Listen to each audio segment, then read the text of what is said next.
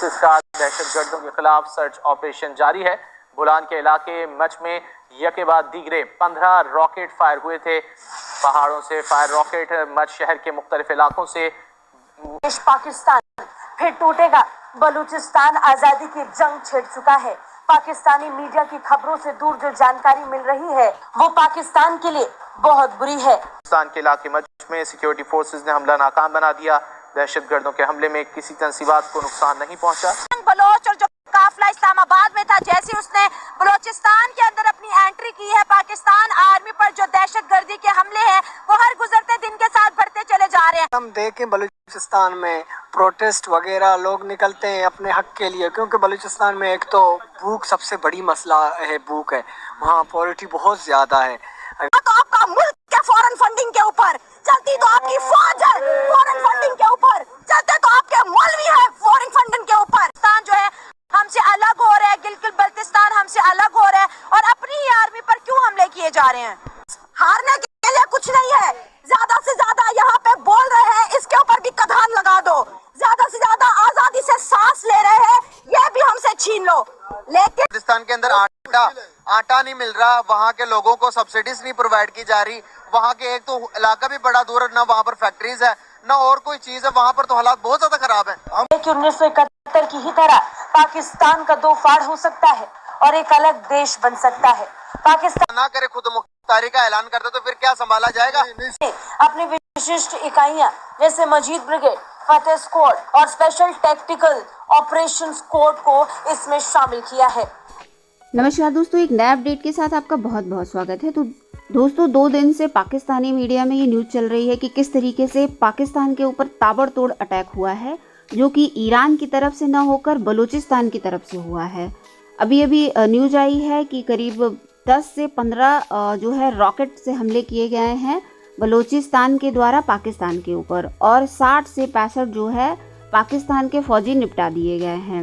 BLA کے پروکتا جو کہ بلوچستان لبریشن آرمی ہے، اس کے پروکتا زیان بلوچ نے اس کا دعویٰ کیا ہے، اور انہوں نے یہ بھی دعویٰ کیا ہے کہ 5 شہروں پہ انہوں نے قبضہ بنایا ہے، اور ریلوے اسٹیشن ہو چاہے پولیس اسٹیشن ہو، اور بھی کئی جگہ ہے جہاں پہ انہوں نے قبضہ بنا لیا ہے۔ اسی کے ساتھ ساتھ جو ہے بتایا جا رہا ہے کہ ابھی یہ آنکڑے اور بھی زیادہ بڑھ سکتے ہیں، اور اس کے ساتھ ساتھ انہوں نے بتایا ہے کہ جگہ جگہ انہوں نے لینڈ مائن بچھائی ہے، جس سے زیادہ پاکستانی آرمی یا پاکستانی فوجی کی جو ہے کیجویلٹی ہو۔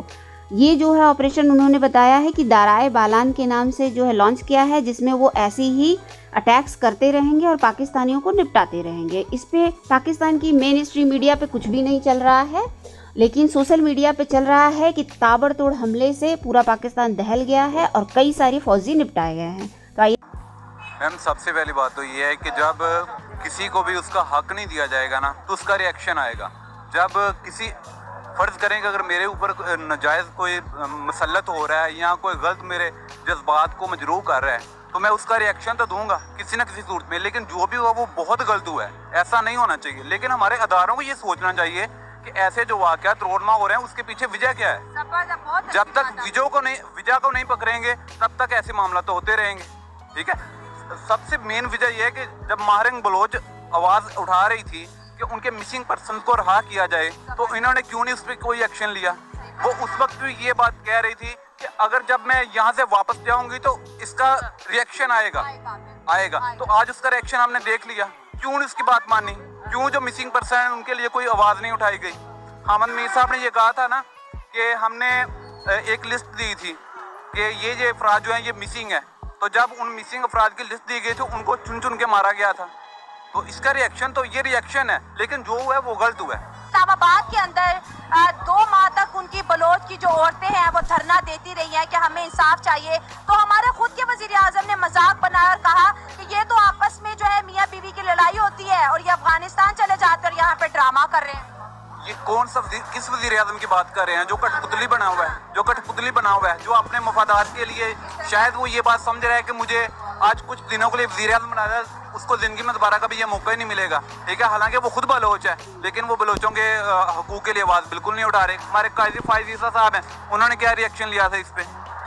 بالکل ہمارے ادارے جو ہیں نا، یہ جو کچھ بھی ہو رہا ہے اس میں ہمارے اداروں کی انوالومنٹ ہے، ٹھیک ہے۔ جب تک ادارے اپنے حدود میں نہیں رہیں گے ایسے واقعات ہوتے رہیں گے۔